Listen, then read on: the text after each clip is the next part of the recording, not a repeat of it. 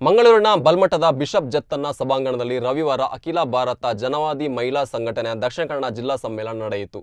ಸಮ್ಮೇಳನ ಉದ್ಘಾಟಿಸಿ ದಿಕ್ಸೂಚಿ ಭಾಷಣ ಮಾಡಿದ ಲೇಖಕಿ ಪ್ರಾಧ್ಯಾಪಕಿ ಡಾಕ್ಟರ್ ಸವಿತಾ ಬಣ್ಣಾಡಿ, ಹಕ್ಕುಗಳು ಎಲ್ಲರಿಗೂ ಇದೆ, ಆದರೆ ಮಾನವ ಸಹಜ ಹಕ್ಕುಗಳಿಂದ ಮಹಿಳೆಯರನ್ನು ದೂರವಿಟ್ಟಿದ್ದರಿಂದಲೇ ಮಹಿಳಾ ಹಕ್ಕುಗಳು ಎಂಬ ಪದ ಹುಟ್ಟಿಕೊಂಡಿದೆ. ಮಹಿಳಾವಾದ, ಸ್ತ್ರೀವಾದ ಎಂಬ ಚಿಂತನೆಗಳು ಹುಟ್ಟಿಕೊಂಡಿದೆ. ಒಂದು ವೇಳೆ ಈ ರೀತಿಯ ಭೇದ ಮಾಡದೇ ಇರುತ್ತಿದ್ದರೆ ಈ ರೀತಿ ಪ್ರತ್ಯೇಕವಾಗಿ ಚಿಂತನೆ ಹಾಗೆ ಗುರುತಿಸಿಕೊಳ್ಳುವ ಅಗತ್ಯ ಇರಲಿಲ್ಲ ಎಂದು ಅವರು ಹೇಳಿದರು. ಚಿಂತಕರಾದ ಚಂದ್ರಕಲಾನಂದ ಅವರ ಜನವಾದಿ ಮಹಿಳಾ ಸಂಘಟನೆಯ ರಾಜ್ಯ ಕಾರ್ಯದರ್ಶಿ ದೇವಿ ಮುಖ್ಯ ಅತಿಥಿಯಾಗಿ ಮಾತನಾಡಿದರು.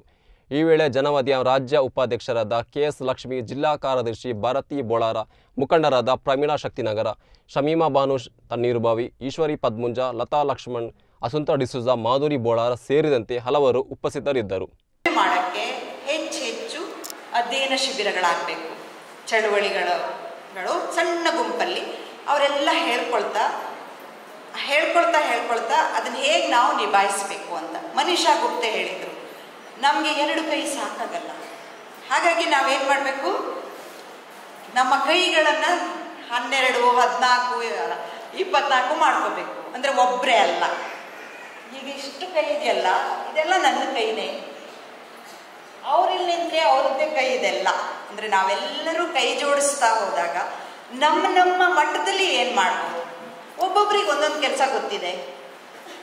ಒಬ್ಬರು ನಮ್ಮ ಸ್ತ್ರೀವಾದ ಹೇಳೋ ನಾಯಕತ್ವ ಅನ್ನೋದು ಸಾಮುದಾಯಿಕ ನಾಯಕತ್ವ. ಒಬ್ಬರು ನಾಯಕರು, ಅವ್ರು ಹಿಂಬಾಲಕರಲ್ಲ. ಎಲ್ಲರೂ ಹೀಗೆ ಕೂತ್ಕೋಬೇಕು. ಎಲ್ಲರೂ ನಾಯಕರು ನಾವು. ಆದರೆ ಒಬ್ಬರು ಜವಾಬ್ದಾರಿಯನ್ನು ಮುನ್ನಡೆಸ್ತಾರೆ. ಮನೆಯಲ್ಲಿ ತಾಯಿ ಮೂಲೀಯ ಕುಟುಂಬ ಇತ್ತಲ್ಲ, ಮಾತೃ ಪ್ರಧಾನ ಯಾವಾಗಿತ್ತ ನಂಗೆ ಗೊತ್ತಿಲ್ಲ, ಮಾತೃ ಮೂಲೀಯ ಇತ್ತಲ್ಲ, ತಾಯಿ ಮುನ್ನಡೆಸ್ತಾಳೆ, ಎಲ್ಲರೂ ಸಮಾನ ಅನ್ನೋ ಥರ ಗಂಡಸರು ಕೂಡ ಈ ಮಾದರಿಯನ್ನು ತಗೋಬೇಕು. ಆಗ ನನ್ನ ಹೆಸರು ಬರಲಿಲ್ಲ, ಇನ್ವಿಟೇಷನಲ್ಲಿ ಬರಲಿಲ್ಲ, ನನ್ನ ಫೋಟೋ ಬರಲಿಲ್ಲ, ಇವೆಲ್ಲ ಹೋಗಬೇಕು. ನಾವೆಲ್ಲ ಒಟ್ಟಿಗೆ ಕೆಲಸ ಮಾಡೋತ್ತಿಗೆ ಪ್ರತಿ ಸಲ ಪ್ರತಿಯೊಬ್ಬರನ್ನು ಗುರುತಿಸ್ಕೋಬೇಕು, ಒಬ್ರಿಗೊಬ್ರು ಬಿಟ್ಟು ಕೊಡಬೇಕು. ಆ ಉದಾರತೆಯನ್ನು ನಾವು ಮೊದಲು ಸ್ಥಾಪಿಸ್ಕೋಬೇಕು. ಮತ್ತು ಈ ರೀತಿ ನನಗೇನೋ ಒಂದು ಇನ್ವಿಟೇಷನ್ ಮಾಡೋಕ್ಕೆ ಬರುತ್ತಪ್ಪ ಡಿಜಿಟಲ್ಲು, ನಾನು ಇನ್ವಿಟೇಷನ್ ಮಾಡ್ಕೊಳ್ತೀನಿ, ಅದನ್ನು ಮನ್ನಿಸೋಣ. ಅವ್ರಿಗಷ್ಟೇ ಆಗೋದಂದರೆ ಆ ಕೆಲಸ ಮಾಡಿಸ್ಕೊಳ್ಳಿ. ಒಬ್ಬರು ಘೋಷಣೆಗೆ ಹೋಗ್ತೀವಿ ನೋಡಿ, ಜಯಂತಿ ಶೆಟ್ಟಿಯವರು ಹೆಂಗೆ ಮಾತಾಡಿದರು, ಅಲ್ಲಿ ಹೆಂಗೆ ಘೋಷಣೆಗೆ ಹೋಗಿದ್ರು ಇವರೆಲ್ಲ, ಅವ್ರಿಗೆ ಅದಾಗತ್ತೆ, ಅವ್ರು ಅದು ಮಾಡ್ತಾರೆ. ಇನ್ಯಾರೋ ನೀವು ಶಿಬಿರ ಮಾಡುವಾಗ ಏನೋ ಹಣಕಾಸು ತೆರವು ಕೊಡ್ತಾರೆ, ಅದು ಮಾಡ್ತಾರೆ. ಇನ್ಯಾರೋ ಊಟ ತಂದು ಕೊಡ್ತಾರೆ, ಅದು ಮಾಡ್ತಾರೆ. ಅವೆಲ್ಲವೂ ಚಳುವಳಿಯ ಕೆಲಸಗಳೇ. ಚಳುವಳಿ ಕೆಲಸ ಅಂತ ಒಂದು ಪ್ರತ್ಯೇಕ ಇಲ್ಲ. ಕುಟುಂಬದೊಳಗಿರುವ ಪೇಟ್ರಿಯಾರ್ಕಿನ ನಾವು ನೋಡಿರಬಹುದು, ಏನು ಮಾಡೋಕ್ಕಾಗದೇ ಇರ್ಬೋದು. ಆದರೆ ಚಳುವಳಿಯಲ್ಲಿರುವ ಪೇಟ್ರಿಯಾರ್ಕಿನ ಒಡಿಬೇಕು. ಚಳುವಳಿಯಲ್ಲಿರುವ ಪೇಟ್ರಿಯಾರ್ಕಿ ಅಂದರೆ ಗಂಡಸಿನ ಯಜಮಾನಿಕೆ ಅಲ್ಲ, ಹೆಂಗಸೂ ಕೂಡ ಅದೇ ಪೇಟ್ರಿಯಾರ್ಕಿಯ ರೀತಿಯಲ್ಲಿ ಕೆಲಸ ಮಾಡಿದ್ರೆ ಅದೂ ಪೇಟ್ರಿಯಾರ್ಕಿನೇ. ಹೆಂಗಸಿನೊಳಗೂ ಪೇಟ್ರಿಯಾರ್ಕಿ ಇರುತ್ತೆ. ಅದನ್ನು ನಾವೇನು ಮಾಡಬೇಕಾಗತ್ತೆ, ಗುರುತಿಸ್ಕೋಬೇಕಾಗತ್ತೆ. ಹಲವು ಸನ್ನಿವೇಶಗಳನ್ನು ಚಳುವಳಿ ಹೇಗೆ ಎದುರಿಸಬೇಕು ಅಂತಂದರೆ, ನಾವು ಕುಟುಂಬ ವರ್ಸಸ್ ಚಳುವಳಿ ಅಂತ ಮಾಡಿದ್ರೆ ನಮ್ಮ ದೇಹಗಳು ಮಣ್ಣು ಪಾಲಾಗ್ತೀವಿ, ಹತಾಶರಾಗುತ್ತೆ, ನಮ್ಮ ಚೈತನ್ಯ ಕರಗಿ ಉದ್ದಗಲಕ್ಕೂ ಪ್ರತಿ 3 ವರ್ಷಕ್ಕೊಮ್ಮೆ ಘಟಕಗಳಿಂದ 2 ತಾಲೂಕು, ಜಿಲ್ಲೆ, ರಾಜ್ಯ ಮತ್ತು ರಾಷ್ಟ್ರ ಮಟ್ಟದ ಮಹಿಳೆಯರು ಬಾಧಿಸ್ತಾ ಇರತಕ್ಕಂಥ ಸಮಸ್ಯೆಗಳೇನು, ಆ ಸಮಸ್ಯೆಗಳಿಗೆ ಯಾವ ರೀತಿ ಪರಿಹಾರವನ್ನ ಕಂಡುಕೊಳ್ಳಬೇಕು ಅನ್ನುವಂತ ಉದ್ದೇಶದಿಂದ ಅಲ್ಲಿಂದ ಸಮ್ಮೇಳನವನ್ನ ಜನವಾದಿ ಮಹಿಳಾ ಸಂಘಟನೆ ಪ್ರಾರಂಭ ಮಾಡ್ತೀವಿ. ಇಡೀ ದೇಶದೊಳಗಡೆ 1 ಕೋಟಿಗೂ ಹೆಚ್ಚು ಮಹಿಳೆಯರನ್ನ ಸಂಘಟಿಸತಕ್ಕಂಥ ಅಖಿಲ ಭಾರತ ಜನವಾದಿ ಮಹಿಳಾ ಸಂಘಟನೆ ಸ್ವತಂತ್ರ ಪೂರ್ವದಿಂದಲೇ ಮಹಿಳೆಯರಿಗೆ ಆಸ್ತಿ ಹಕ್ಕು ಕೊಡಬೇಕು, ಮತದಾನದ ಹಕ್ಕು ಕೊಡಬೇಕು, ಶಿಕ್ಷಣದ ಹಕ್ಕನ್ನ ಕೊಡಬೇಕು, ಮತ್ತೆ ಅವರು ಕೆಲಸ ಮಾಡ್ತಕ್ಕಂಥ ಸ್ಥಳಗಳಲ್ಲಿ ನಡೀತಕ್ಕಂಥ ಲೈಂಗಿಕ ಕಿರುಕುಳಗಳು ನಿಲ್ಲಬೇಕು, ಆ ಕುಟುಂಬದೊಳಗೆ ನಡೀತಕ್ಕಂಥ ದೌರ್ಜನ್ಯ ಶೋಷಣೆಗಳು ನಿಲ್ಲಬೇಕು ಅಂತೇಳಿ ಒಂದು ಹೋರಾಟವನ್ನು ನಡೆಸ್ತಂತ ಸ್ವತಂತ್ರ ಹೋರಾಟಗಾರರು ಕಟ್ಟಿ ಬೆಳೆಸಿದಂತ ಸಂಘಟನೆ ಜನವಾದಿ ಮಹಿಳಾ ಸಂಘಟನೆ.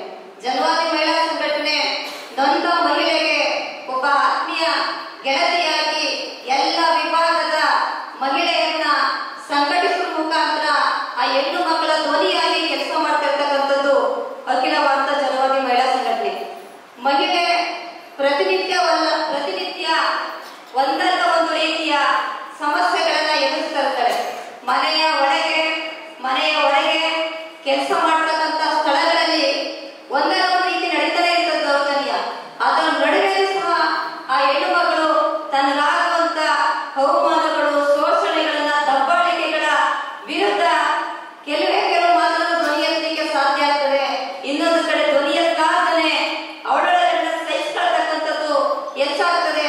ಒಂದು ಕಡೆ ಧ್ವನಿ ಎತ್ತಿದ್ರೆ ಪೊಲೀಸ್ ಇಲಾಖೆಗೆ ಹೋಗಿ ಕಂಪ್ಲೇಂಟ್ ಕೊಟ್ರೆ ಪೊಲೀಸ್ ಇಲಾಖೆ ಹೆಣ್ಣು ಮಗಳನ್ನ ಮಾತಾಡ್ತಕ್ಕಂಥ ರೀತಿ ನೀತಿಗಳನ್ನ ನೋಡಿದ್ರೆ ಅವ್ರ ಹೆಣ್ಣು ಮಕ್ಕಳು ಪೊಲೀಸ್ ಸ್ಟೇಷನ್ಗೆ ಹೋಗ್ಲಿಕ್ಕೆ ಆಗ್ತಿರ್ತಕ್ಕಂಥ ಪರಿಸ್ಥಿತಿ ನಿರ್ಮಾಣ ಆಗಿರ್ತಕ್ಕಂಥ ನಮ್ಗೆಲ್ಲ ಗೊತ್ತಿದೆ. ಅದ್ರ ಜೊತೆ ನೋಡ್ರಿ, ದೇಶದೊಳಗಡೆ ಸ್ವತಂತ್ರ ಬಂದು 78 ವರ್ಷಗಳು ಕಳೀತಾ ಇದ್ರು ಇವತ್ತು ಹೆಣ್ಣು ಮಕ್ಕಳ ಮೇಲೆ ಅತ್ಯಾಚಾರ, ದೌರ್ಜನ್ಯ ಪ್ರಕರಣಗಳು ಹೆಚ್ಚಾಗ್ತಾ ಇದೆ. 2014ರಿಂದ ಆಚೆಗೆ 3,37,000 ಇದ್ದಂತ ಅತ್ಯಾಚಾರದ, ದೌರ್ಜನ್ಯದ ಪ್ರಕರಣಗಳು 2022ರಿಂದ ಈಚೆಗೆ 4,47,000 ಪ್ರಕರಣಗಳು ಹೆಚ್ಚಾಗ್ತಾ ಇದೆ.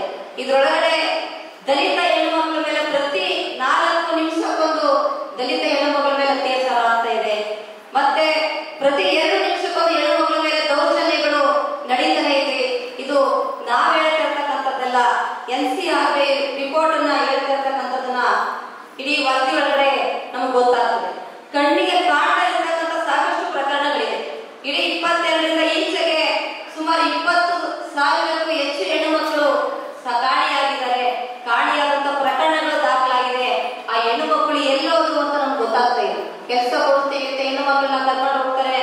ಮತ್ತೊಂದ್ ಕಡೆ ಯಾವುದೋ ಶಾಲೆಗೆ ಹೋದಂತ ಹೆಣ್ಣು ಮಕ್ಕಳು, ಬೇರೆ ಕಡೆಗೆ ರಾಜ್ಯದಲ್ಲಿ ಕೆಲಸ ಮಾಡ್ಲಿಕ್ಕೆ ಹೋದಂತ ಹೆಣ್ಣು ಮಕ್ಕಳು ಅಲ್ಲಿ ಕಾಣೆಯಾಗಿರ್ತಕ್ಕಂಥ ಉದಾಹರಣೆ ಇದೆ. ಆ ಕಾಣೆಯಾಗಿರ್ತಕ್ಕಂಥ ಹೆಣ್ಣು ಮಕ್ಕಳಿಗೆ ಕಂಪ್ಲೇಂಟ್ ಕೊಟ್ಟರೆ ಅದನ್ನು ತಗೊಳ್ತಾನೆ ಆ ಹೆಣ್ಣು ಮಕ್ಕಳನ್ನ ಹುಡುಕಿ ಕೊಡುವಂತ ಪ್ರಯತ್ನಗಳು ನಡೀತಾನೆ ಇರ್ತಕ್ಕಂಥದ್ದು ನಮಗೆಲ್ಲ ಕಾಡ್ತಾ ಇದೆ. ಇದ್ರ ಜೊತೆಗೆ ಇಡೀ ಬೆಳಕಿಗೆ ಬಂದಂತಹ ಈ ಸಂದರ್ಭದಲ್ಲಿ ಈ ಒಂದು ನಿರ್ಣಯ ನಾವು ನಮ್ಮೆಲ್ಲರ ಮುಂದೆ ನಮ್ಮ ಅಖಿಲ ಭಾರತ ಜನವಾದಿ ಮಹಿಳಾ ಸಂಘಟನೆ ಇಟ್ಟಿದೆ. ಈಗ ಈಶ್ವರಿಯವರು ಈ ಒಂದು